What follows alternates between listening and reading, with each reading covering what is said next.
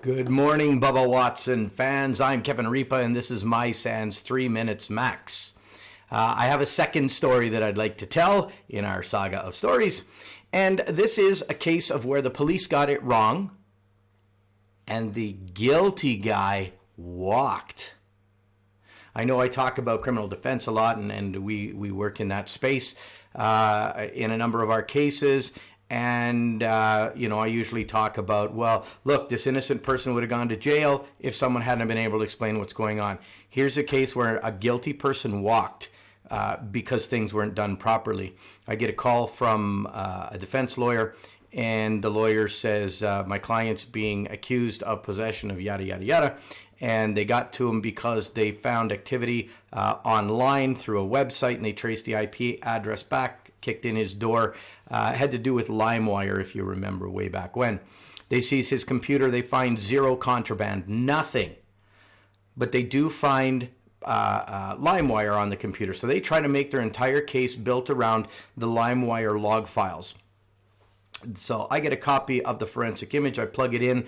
There is child exploitation material all over this computer.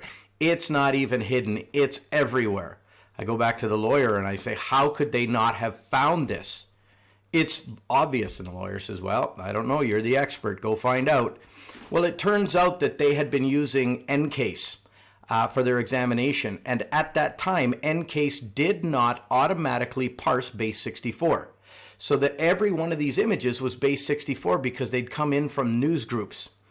And so I had looked at it with FTK. Not that I'm a huge fan, but it handled pictures well, and it showed them by default. Now I have a duty to report, but my duty to report under contract is to the lawyer. I consulted other lawyers. I spent more on lawyers than I made on this case, trying to see what my position was because I wanted a guilty guy to go to jail. And as it turned out, the decision was the police gave you what they had. You aren't withholding evidence. You are looking at exactly what they were looking at. It's not your job to educate them.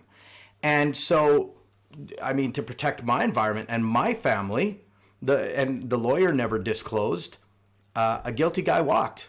And that was tragic because the police relied on the tool.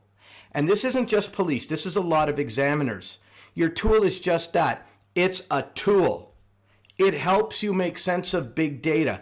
But it's up to this tool here to know what that tool is doing or not doing and how to double check your work. What you do matters. In the meantime and in between time, that's it. Another episode of 3 Minutes Max.